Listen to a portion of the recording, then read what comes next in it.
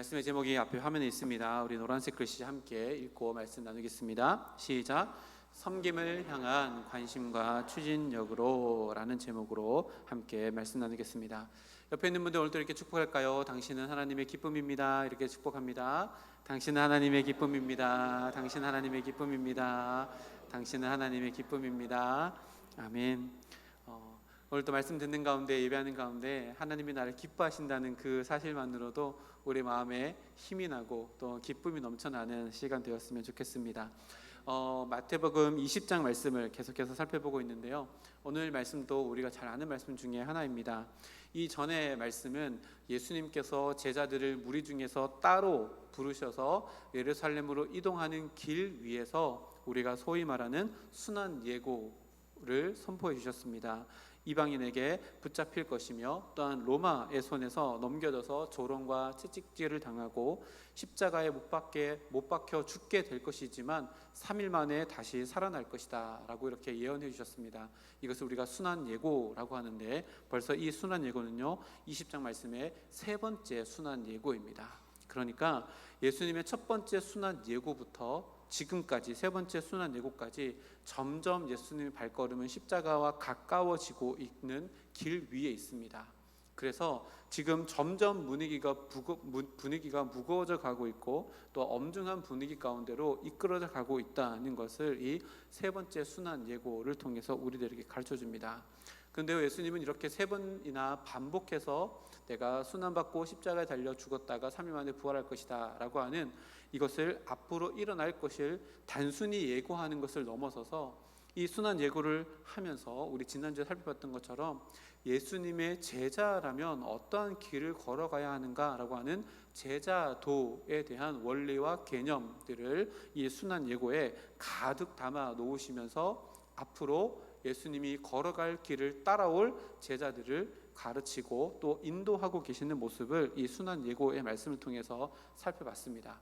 마태는요 이런 일이 있었다라고 하는 것을 이번 사건과 연결시키면서 20절 말씀 초반절에 그때에라고 하는 단어로 앞에 이런 순환 예고가 있었고, 그런 순환 예고에 예수님의 제자라면 이런 길을 걸어가야 합니다라고 하는 가르침과 함께 이런 일이 있은 이후에 그때에 이런 일이 있었다라고 기록하는데요, 20절 하반절을 보니까 세베대의 아들의 어머니가 그 아들들을 데리고 예수께 와서 절하며 무엇을 구하는 일이 있었다라고 기록합니다. 여기서 말하는 세베대 아들은 누구예요? 야고보와 요한입니다. 야고보와 요한의 어머니가 와서 예수님께 무엇인가를 간구하는 일이 세 번째 순환 예고 그 다음에 있었다라고 이렇게 기록합니다. 이 부분이 동일한 말씀이요 마가복음에도 있는데 마가의 기록과 마태의 기록이 살짝 차이를 보입니다.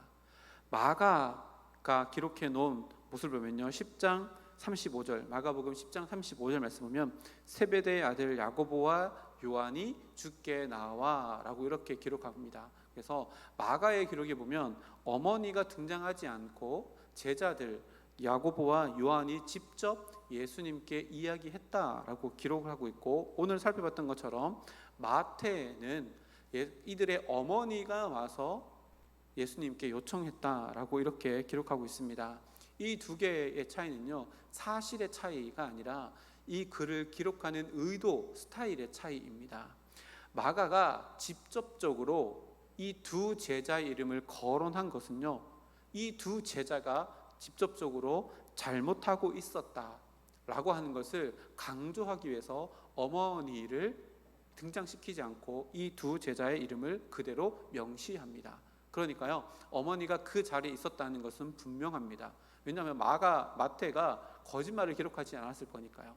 마가는 누가 잘못했는지, 진짜 누가 잘못인지를 기록하기 위해서 어머니의 이야기는 빼고, 마태는 그것을 조금 더 순화하기 위해서 실제로 있었던 그 일대로 어머니를 포함해서 이렇게 기록해 놓고 있습니다. 그래서 마태의 의도는 뭐냐면요, 그동안 앞구절 첫 번째 18장 19장 이렇게 이어오면서 첫 번째 순환 예고, 두 번째 순환 예고, 지금 세 번째 순환 예고를 과정을 쭉 겪어오면서 제자들이 예수님께 계속해서 무엇인가 잘못된 것들을 간구하고 잘못된 모습들을 보여왔던 그 모든 것들이 축적되어져 있는데, 세 번째 순환 예고를 했음에도 불구하고 제자들이 여전히 예수님께서 걸어가시는 십자가의 길에 대한 의미를 알지 못하고 있기 때문에 제자들을 먼저 내세우는 것이 아니라 실제로 어머니가 찾아왔던 것처럼 그 어머니를 통해서 제자들의 잘못을 조금 순화하려는 속마음이 마태의 마음 가운데 있지 않았을까 이렇게 생각해 봅니다. 그래서 그 제자들의 속마음을 이렇게 표현할 수 있을 것 같아요. 야, 최근에 우리가 많은 문제를 일으켰잖아. 그래서 우리가 직접 얘기하면 예수님께서 또 화내실 거니까, 야, 우리가 직접 얘기하기 어려우니까 우리 엄마한테 이야기해달라 하자라고 해서 어머니에게 부탁합니다. 누가요? 아들 둘이 부탁했겠죠. 그런데요, 야고보와 요한이 자신의 어머니를 끌어들이는 것은요, 야고보와 요한의 입장에서는 굉장히 효과적일 것이라고 생각했을 겁니다. 왜냐하면 이 어머니가 누구냐면 세베대의 아들들, 그러니까 세베대의 아내가 되어지는데요, 살로메라고 하는 사람인데, 마가복음 15장 40절 말씀 보면 이 분이 예수님의 이모일 가능성이 농후합니다. 그러니까 친인척 관계이고요, 그 관계가 엄마의 이모라면 예수님의 이모라면 그 말에 힘이 더 실릴 수 있다라고 세베대의 아들들 야고보와 요한이 생각했기 때문에, 이런 관계에 있으면 우리가 얘기하는 것보다 어머니가 얘기하는 게 더 힘이 있지 않을까라고 이렇게 생각한 것이죠. 그래서 이렇게 어머니가 먼저 와서 절을 합니다. 보니까 이것을 이미지화해 보면요, 어머니가 찾아와서 절을 하고 그 뒤에 예수님의 제자 둘이 이렇게 서 있는 장면입니다. 그래서 예수님께서 이모뻘 되는 분이 와서 이렇게 절을 하니까 무엇을 원하십니까? 21절 말씀에 무엇을 원하느냐라고 했더니 이 어머니가 아들들이 요청한 것들을 이야기합니다. 이르되 나의 두 아들을 주의 나라에서 하나는 우편에 하나는 좌편에 앉게 명하소서. 다시 말하면 예수님이 명령하실 수 있다면 우리 두 아들을 좌우편에 세울 수 있지 않습니까? 그러니 나의 요청을 들어주십시오 라고 이렇게 이야기합니다. 그냥 영광의 자리가 아니라요, 구체적으로 하나는 우편에 하나는 좌편에 라고 이렇게 이야기합니다. 요즘으로 하면 이거 뭐죠? 부정청탁이죠. 친인척을 해서 부정청탁, 이거를 지금 합니다. 그러니까요, 야고보와 요한이 자기의 어머니의 위치를 이용해서 부정청탁하고 있는 세상적인 방법으로 자기의 것을 이루려고 하는 제자들의 모습이 완전히 딱 이렇게 그림을 그려지는 장면입니다. 예수님과 제자들은요, 지금 십자가로 가는 길, 동일한 길 위에 서 있습니다. 근데 예수님의 관심사와 또 제자들의 관심사가 완전히 다르다는 것을 이 한 장면에서 다 담고 있습니다. 근데요, 이 두 제자뿐만 아니라 그 뒤에 24절 말씀을 보면 이렇게 기록하는데요, 10 제자가 듣고, 야고보와 요한을 뺀 그 장면을 보고 있는 10 제자가 듣고 두 형제에 대해서 분히 여기거늘이라고 기록합니다. 왜 분히 여겼을까요? 두 가지를 해석할 수 있습니다. 하나는요, 10 제자에 대해서 굉장히 긍정적으로 이것을 의분으로 해석을 하면 이렇게 해석할 수 있습니다. 야, 쟤는 지금 분위기 파악도 못하고 지금 예수님께서 십자가의 길을 지금 향해서 걸어가고 있는데 지금 저것을 구할 때야? 지금 계속해서 얘기하는데 천국은 높아진 사람의 것이 아니라 낮아진 자의 거고 나중된 자가 먼저 된다고 지금 몇 번이나 지금 얘기하고 있는데 정신 못 차리고 있구나 라고 하며 긍정적인 분노, 의분으로도 해석할 수 있지만 진짜 그럴까요? 아닙니다. 왜 그럴까요? 그 뒤에 말씀 보면요, 예수님께서 그 두 제자만 불러다가 너희들이 잘못했다 라고 얘기하지 않고 12 제자 모두에게 너희들이 잘못하고 있다라고 이야기하고 있기 때문에요, 이 10 제자의 분노는 그저 의분이 아니라요, 시기심에 가득 찬 분노입니다. 어떤 거요? 동일 선상에서 출발해야 되는데, 야, 니네들이 먼저 엄마 찬스를 써가지고 앞선 출발선에서 지금 출발하고 이게 불공평한 경주를 네가 지금 할 거야?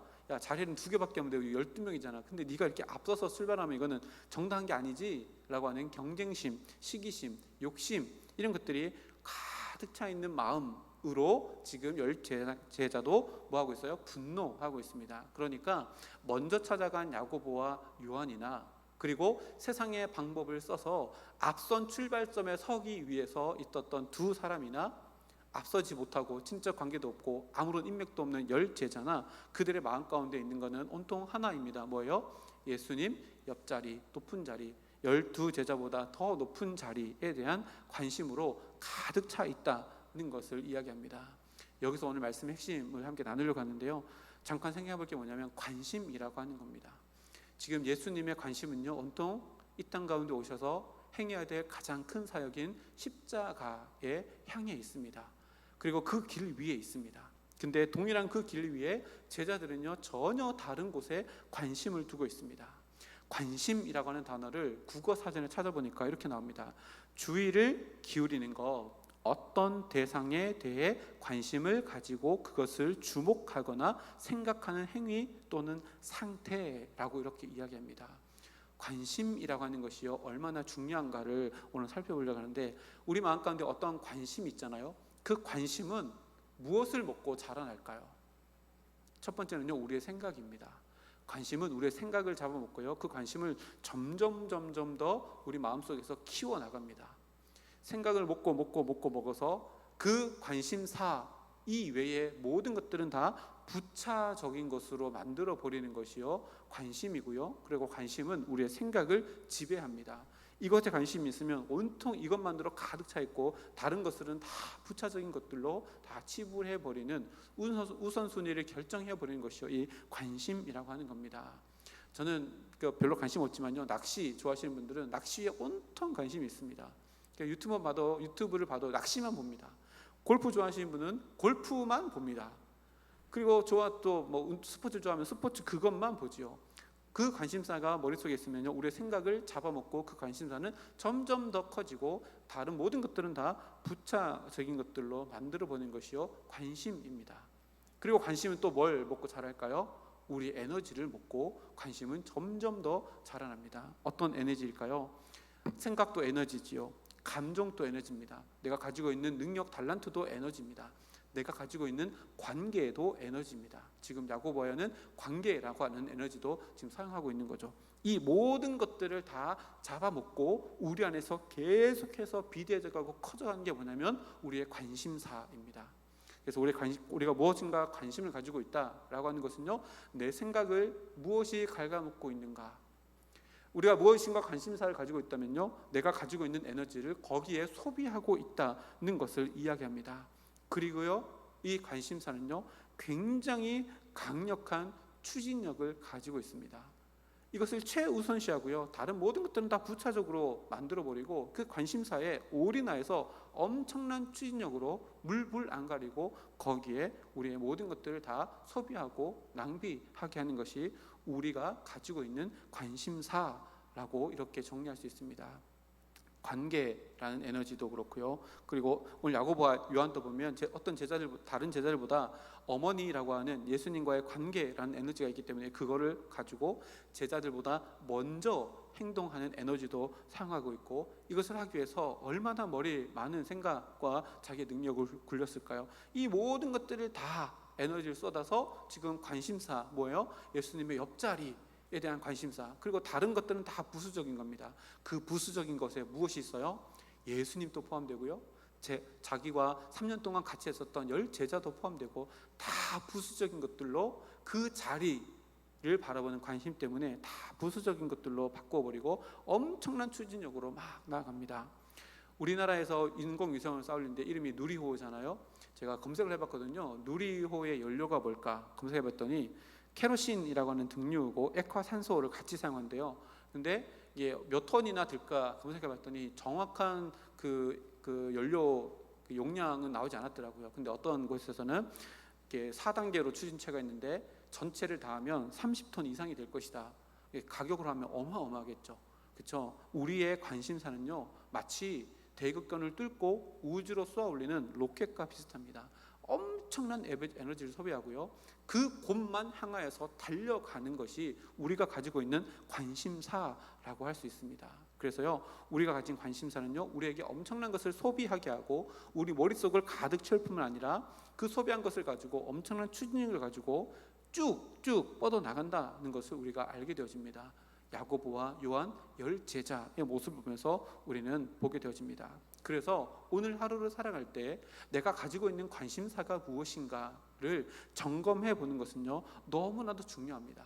왜냐하면 내가 오늘 하루를 살아갈 때 무엇에 관심을 두느냐에 따라서 내 생각이 우선순위를 정하여서 그것 이외의 모든 것들은 다 부차적인 것으로 만들 뿐만 아니라 그 관심사를 내 머릿속에서 내 삶 속에서 더 키워가기 위해서 수많은 에너지를 쓰게 되어지고, 그 에너지 때문에 추진력이 있기 때문에 쭉쭉 나가게 되어지는데, 그것이 잘못되어지면 돌아올 때도 그만큼의 에너지를 써야 하기 때문에요, 오늘 하루를 살아갈 때 내가 무엇에 관심을 두고 살아가는가를 점검해 보는 것은 너무나도 중요합니다. 그러면 무엇을 점검해 봐야 할까요? 첫 번째는요, 관심사 자체입니다. 관심사. 제자들은 지금 예수님께서 십자가로 가는 동일한 길 위에 있지만 십자가는 잘 모르겠고, 예수님의 나라를 만들어 갈 때에 높은 자리, 명예로운 자리, 존귀한 자리, 그 자리에 온통 관심을 두고 있다는 것을 보게 되어지고, 그 자리를 먼저 차지하기 위해서 굉장히 많은 에너지를 쓰고 있고, 그 에너지를 씀으로 말미암아 뭘 깨고 있어요? 12제자라고 하는 공동체를 또 깨워져 가고 있다는 것을 우리가 보게 되어집니다. 그래서 오늘 하루 내가 살아가면서 내가 굉장히 관심 가지고 있는 것이 무엇인가, 가장 많이 관심 가지고 있는 것이 무엇인가를 늘 점검해 볼 필요가 있다는 겁니다. 무분별하게 내 생각을 어떤 관심사에 내줄 것이 아니라 내 생각을 잡아먹고 내 에너지를 잡아먹고 추진력을 가지고 달려가는 그 관심사가 정말로 하나님과 연결되어져 있는 것인가, 하나님의 영광과 하나님의 의를 구하는 것과 연결되어져 있는가를 날마다 점검해 봐야 된다는 것이 첫 번째고요. 두 번째로 우리가 점검해야 될 건 뭘까요? 그 관심사를 이루어가는 방법이 무엇인가를 점검해 봐야 합니다. 지금 야고보와 요한뿐만 아니라 10제자들은요, 관심사가 예수님 옆자리, 더 높은 자리에 누가 올라가느냐입니다. 근데 그 방법을요, 오늘 말씀에 가만히 보니까 야고보와 요한은 세상적인 방법으로 그것을 얻고 취하려고 한다는 것을 우리가 보게 되어집니다. 친인척, 부정청탁하고 다른 사람들과 동일한 선상이 아니고 경쟁, 근데 앞선 출발점에 서서 무엇인가 해보려고 하는 완전히 철저하게 세상적인 방법으로 이것을 행해 나가려고 합니다. 우리도 마찬가지입니다. 우리가 가지고 있는 관심사가 비록 하나님께서 기뻐하시고 즐거워하는 것이라 할지라도 그것을 이루어나가는 방법에 있어서 그것이 세상적인 방법이라면요, 그 방법을 바꾸어 나가야 합니다. 왜요? 그 방법을 행해 나가면서 우리가 쏟는 에너지는요, 하나님께서 오늘 나에게 주신 하나님의 것이기 때문에 그렇습니다. 하나님의 것을 하나님의 방법대로 쓰는 것이 하나님께서 가장 기뻐하시는 것이기에 이 방법까지도 우리는 점검해 보아야 한다는 것입니다. 그래서 오늘 하루 살아갈 때 내가 눈 뜨고 내가 눈 감을 때까지 내 머릿속을 가장 많이 차지하고 있는 관심사가 무엇인지, 잠자리에 들 때요, 하루 시작할 때요, 또 식사하거나 혼자서 시간을 보낼 때 이것들을 점검해 보는 것이 너무너무 중요합니다. 그래서 그것을 이뤄나가는 방법들도 하나님의 뜻 안에서 선한 방법인가를 점검해 보는 것이 중요합니다. 그래서요, 예수님께서 지금 관심사도 잘못되어져 있고 그 관심을 이루어가는 방법도 잘못되어져 있는 제자들에게 이제 또다시 가르치기 시작합니다. 보십시오. 지금 예수님의 마음은요, 십자가가 점점 가까워져 가고 있기 때문에 무겁습니다. 자기의 마음 가운데 누르고 있는 사명의 무게감만으로도 버거운 상황이지만 자신의 제자들에게 자신이 걸어가야 될 길들을 아직도 헤매고 있는 제자들에게 또다시 가르친다는 것은요, 굉장히 큰 사랑으로 제자들과 함께 있다는 것을 우리에게 보여주는데, 22절 말씀 보니까요, 예수께서 대답하시되 너희는 너희가 구하는 것을 알지 못하는도다. 내가 마시려는 잔은 너희가 마실 수 있느냐. 예수님께서 뭘 말씀하시는 거예요? 야, 너희가 구하는 게 진짜 모르는구나. 너희가 지금 구하는 것의 실체를 내가 알려줄게 라고 하면서 뭐라고 했냐면, 내가 마시려는 잔이라고 표현합니다. 잔이라고 표현합니다. 잔이라고 하는 것은요, 히브리인들의 입장에서 하나의 비유인데요, 히브리인들이 무슨 잔을 마신다 뭐 이렇게 표현하면 이게 어떤 의미냐면요, 고난의 의미입니다. 유대인들은요, 시편을 굉장히 많이 읽는데 그 시편 말씀 중에 75편 8절 말씀 중에 이런 말씀이 있습니다. 여호와의 손에 잔이 있어 술 거품이 일어나는도다. 속에 썩은 것이 가득한 그 잔을 하나님이 쏟아내시나니 실로 그 찌꺼기까지도 땅의 모든 악인이 기울여 마시리로다. 이게 뭐예요? 하나님께서 들고 있는 이게 잔이 있는데요. 거기서 썩어 없어지는 것들이 있고 찌꺼기 같은 것들이 있는데 악인에게 마시게 하신대요. 이것은 하나님께서 그들에게 악인에게 주는 심판, 형벌을 의미하는 것이 잔입니다. 이사야에서도 보면요, 51장 17절 말씀 보면 여호와의 손에서 그의 분노의 잔을 마실 예루살렘이여 깰지어다 일어설지어다 네가 이미 비틀걸음 치게 하는 큰 잔을 마셔 다 비웠도다. 이것도 뭐예요?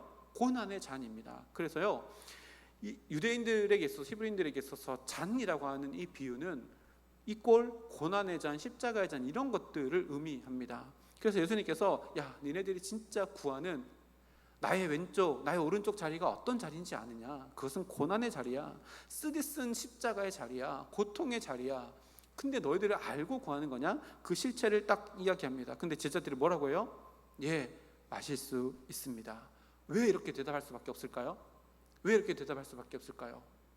관심사가 잘못되었고 관심사를 이뤄가는 방법도 잘못되었기 때문에 그렇습니다. 이들은요, 다른 제자들보다 먼저 우선적으로 그 자리에 올라가려는 경쟁이라고 하는 방법으로 그것을 해결하려고 해서 그 자리에 된 실체보다 내가 먼저 그들보다 거기에 도달해야 된다라고 하는 잘못된 관심사, 목표를 가지고 있었기 때문입니다. 또다시 어리석은 에너지를 잘못된 관심사를 위해서 쏟아붓고 있고, 보십시오, 이 관심사는요 추진력을 잃지 않습니다. 그렇기 때문에 우리가 무엇을 관심 가지고 있느냐는 정말 중요합니다. 그리고 이 제자들이요, 그들이 말하되 할 수 있나이다. 이게 뭐예요? 확신하는 거잖아요. 제자들이 왜 이렇게 확신할 수 있었을까요? 무엇을 확신하기 때문일까요? 자기가 믿는 것이 옳다라는 확신, 자기 확신입니다. 하나님의 말씀에 근거한 확신도 아니고요, 하나님께서 나에게 주시는 믿음에 근거한 확신도 아니고요, 자기 스스로의 확신입니다. 자기 스스로를 확신하고 있으니, 확신의 뿌리가 잘못됐으니 이 확신은요 이루어질 수 없는 것들임에도 불구하고 제자들은 그것을 모르고 있는 상황입니다. 그래서요, 예수님은 이렇게 잘못되어져 있는 관심사, 방법, 잘못된 확신 가운데 있는 제자들에게 또다시 말씀을 하십니다. 근데요, 23절 말씀인데 우리 다 같이 한번 읽어볼까요? 23절 시작. 이르되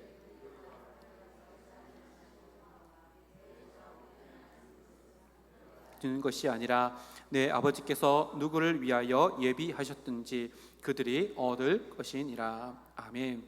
예수님께서요 두 가지를 말씀하셨는데 이 앞에 구절에 굉장히 놀랐습니다. 너희가 과연 내 잔을 마시려니와, 마시지 못한다라고 말씀하지 않고 마시려니와 라고 이야기합니다. 예수님이 제자들의 현재의 모습을 보신 것이 아니라 관심사가 바뀌어져서 예수님이 걸어가셨던 길을 걸어가게 될 미래의 제자들의 모습을 바라보시며 이렇게 얘기하고 있는 것입니다. 그래서요, 이것이요 예수님의 사랑입니다.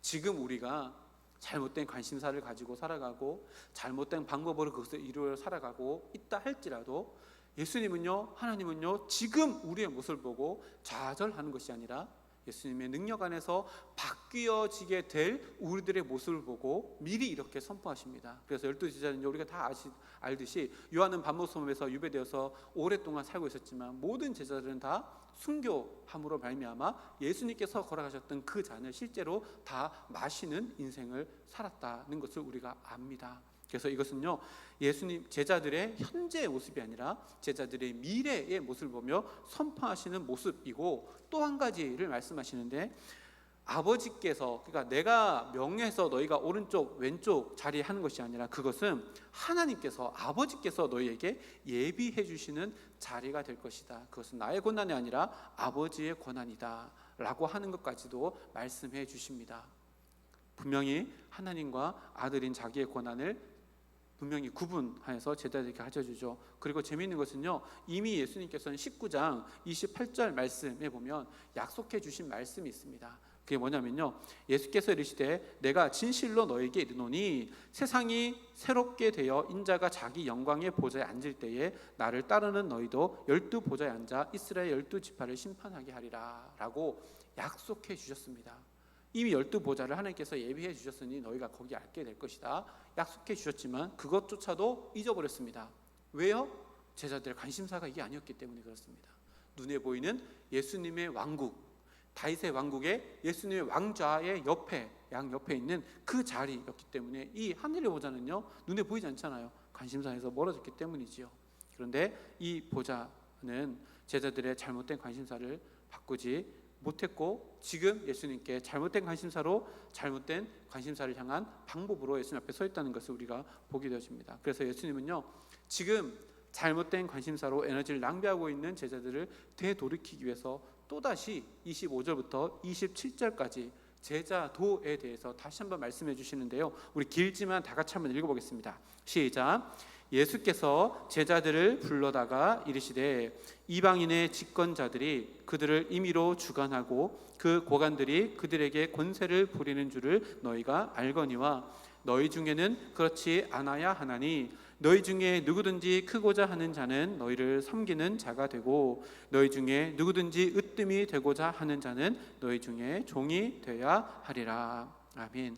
제자도에 대해서, 그리고 하나님의 나라의 방법, 삶의 태도에 대해서, 그리고 어떤 것에 관심을 가져야 하는지에 대해서 너무나도 명쾌하게 말씀해 주시는데요, 예수님께서는 직설적으로 말씀하십니다. 25절 말씀에 뭐라고 얘기해요? 이방의 집권자들이 뭐예요? 권세 있는 자들이잖아요. 이 권세 있는 자들이 임의로 주관하고 그 권세를 사용하여서 그 고관들이 그에게 권세를 부리는 줄을 너희가 알거니와. 지금 세상의 방법이잖아요. 지금 야고보와 요한도 열제자도 세상의 방법으로 무엇인가를 이루어가려고 하는 것을 지금 콕 찍어서 이야기합니다. 야, 이거 세상의 방법이지 않냐? 지금 너희들 하는 것도 세상의 방법이지 않느냐? 이것은 잘못됐다라고 이야기하는데, 26절 말씀에 너희 중에는 그렇지 않아야 하나니, 이게 뭐예요? 한마디로 구별이고 거룩이죠. 너희들이 세상과 구별되지 않느냐? 세상의 왕국이 아니라 너희는 하나님의 왕국에 속한 자가 아니냐? 그러면 그들과 같이 않아야 되고 그들과 다른 관심사를 이뤄가는 방법도 달라야 되지 않겠느냐라고 이렇게 분명히 하나님의 나라의 방식은 이 세상의 것과 완전히 다르다라고 이야기하시며, 하나님의 나라의 원리대로 살아가는 사람들에게 관심을 가져야 하는 것은 이것이다 라고 하면서 27절 그리고 27절 말씀에 이렇게 기록합니다. 너희 중에서 누구든지 으뜸이 되고자 하는 자는 너희의 종이 되어야 하리라. 두 단어를 비교하고 있죠. 으뜸이라고 하는 단어와 종이라고 하는 단어. 으뜸, 종. 으뜸은요, 세상의 관심사입니다. 종은요, 세상의 관심사가 아닙니다. 비관심사입니다. 근데 이 두 가지를 기록하면서 너희는 으뜸이 아니라 종에 더 관심을 가져야 한다라고 이야기합니다. 그리고 이 으뜸과 종은요, 어떤 것을 기준으로 나누어져요? 섬김이라는 것으로 나누어집니다. 으뜸은요, 섬김을 받는 위치이고, 종은요, 섬기는 자의 위치입니다. 위치가 완전히 다르지요. 섬김이라는 것을 기준으로 나누어지는데 으뜸과 종입니다. 예수님께서 제자들에게 야, 너희들이 지금 으뜸이라고 하는 것에 관심을 가지고 섬김을 받는 자리에 관심을 가지고 거기에 올라가기 위해서 세상적인 방법으로 올라가려고 하고 있지. 이거 완전히 잘못되고 뒤집어야 해. 섬김을 기준으로 너희는 섬기는 자가 되어서 종의 위치에서 살아가는 것, 이것이 하나님의 나라의 방법이야 라고 이렇게 말씀해 줍니다. 섬김은요, 하나님의 나라의 위대함을 만들어가는 지름길입니다. 세상은 반대이지요. 섬기는 자는요, 더 낮아지고 업신여김 당하고 모욕당하는 자리입니다. 그런 하나님의 나라는 하나님의 나라의 질서에 원리는 세상의 그것과 완전히 바뀌어져 있는 나라라는 것을 제자들에게 분명히 가르쳐주면서 관심의 방향이 잘못되면 안 된다.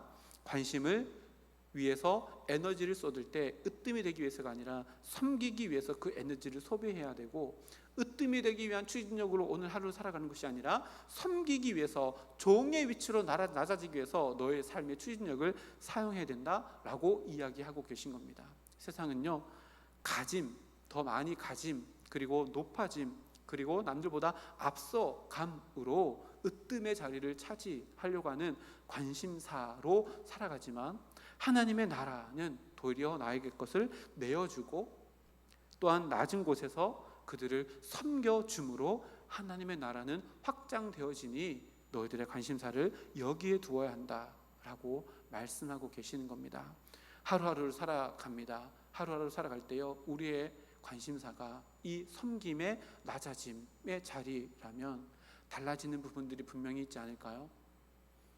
저는 담임 목사로 이 교회를 섬깁니다. 섬기면서도요, 낮아짐의 자리로 가야 하고요.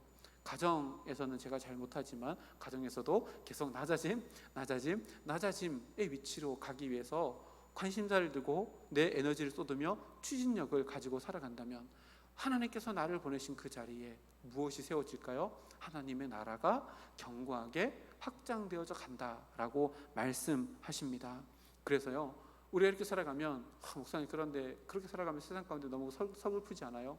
늘 섬기는 자리, 낮아지는 자리, 나는 모습이 없어지는 자리에 섬기면 너무 억울한 인생 살다가 죽는 거 아니에요? 라고 할 수 있지만 그렇지 않다는 것을 예수님께서 28절 말씀에 우리들에게 말씀해 주십니다. 우리 28절 말씀 함께 읽어보겠습니다. 시작. 인자가 온 것은 섬김을 받으려 함이 아니라 도리어 섬기려 하고 자기 목숨을 많은 사람의 대속물로 주려 함이니라. 아멘. 예수님께서 창조주이신데 이 땅 가운데 피조물이 되셔서 오셔서 살아가는 삶의 방식이 바로 그것이었다고. 나의 온통 관심사는 낮아짐을 위해서이고 나의 모든 에너지는 십자가, 더욱더 낮아지는 곳으로 가기 위함이고 내 삶의 추진력은 낮아지는 자리로 가기 위한 추진력이라고 예수님께서 분명히 말씀해 주시며, 내가 걸어간 길을 너희에게 가르쳐주니 이 길로 와라 라고 말씀해 주셨기에 우리가 이 세상 가운데서 낮아지는 것에 있어서 억울하다, 분하다, 이것은 뭔가 잘못됐다 라고 하는 마음, 원망의 마음이 아니라 주님께서 가신 길이라면 나도 얼마든지 기꺼이 그것을 내 삶의 관심사로 두고 그것을 향해서 충분한 에너지를, 충분한 추진력을 가지고 나는 더 낮은 곳으로 누리호가 우주를 뚫고 가듯이 우리의 삶이 낮아짐, 섬김에 세상의 모든 편견을 깨버리고 거기를 뚫고 들어가 하나님의 나라를 만들어가는 우리의 삶이 되겠다라고 결단할 수 있을 것입니다.